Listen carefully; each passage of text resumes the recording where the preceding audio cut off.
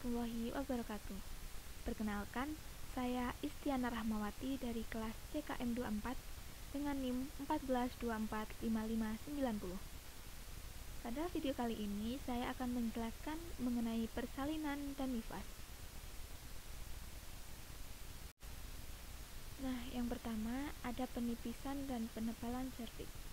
Dimulai dari serviks masih tertutup dan kemudian mulai melebar akibat kontraksi. Kemudian serviks telah terbuka dan melebar hingga sekitar 1 cm. Gambar yang ketiga, serviks mulai melebar hingga 5 cm. Dan yang terakhir, serviks sepenuhnya terbuka hingga mencapai lebar 10 cm. Nah, proses persalinan sendiri dibagi menjadi 4 bagian atau 4 tahap. Yang pertama, ada pembukaan mulut rahim akibat kontraksi.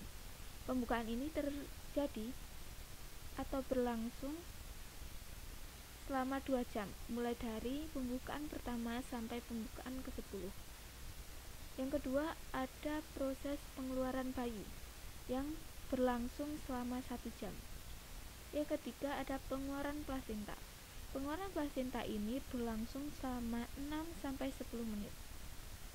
Dan yang terakhir ada observasi ibu yang berlangsung selama 2 jam. Yang selanjutnya ada tahapan darah nifas. Nah, yang pertama ada logia lubra, di mana pada fase ini berlangsung dari 1-3 hari.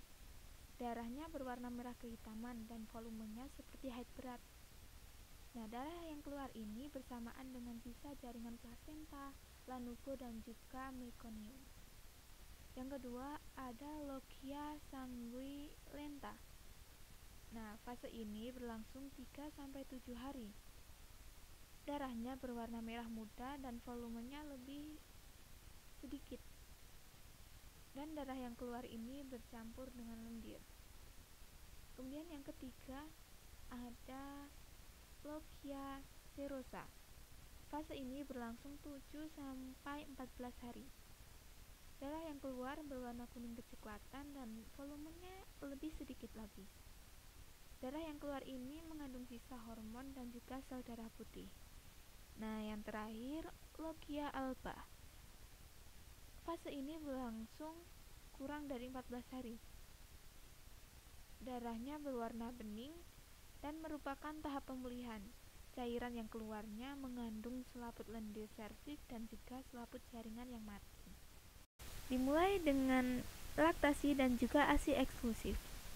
Saat bayi merasa lapar, ini akan merangsang sinyal di hipotalamus, yang kemudian hipotalamus akan mengirim sinyal ke pituitari posterior yang berfungsi untuk menyimpan dan melepaskan hormon ADH dan oksitosin. Nah, hisapan bayi merangsang saraf payudara yang merangsang kelenjar susu untuk mengeluarkan ASI. Nah, kemudian ada struktur payudara. Nah, di bagian paling luarnya ada puting susu, yaitu bagian kecil di tengah areola yang berfungsi sebagai jalan keluarnya susu. Kemudian ada areola, yaitu bagian kecoklatan yang akan membesar saat masa kehamilan dan menyusui. Di dalamnya ada saluran susu yang membawa ASI dari lobus ke puting susu. Kemudian lobus itu sendiri berjumlah sekitar 1-25/1 payudara. Nah, sekian video kali ini, semoga bermanfaat. Assalamualaikum warahmatullahi wabarakatuh.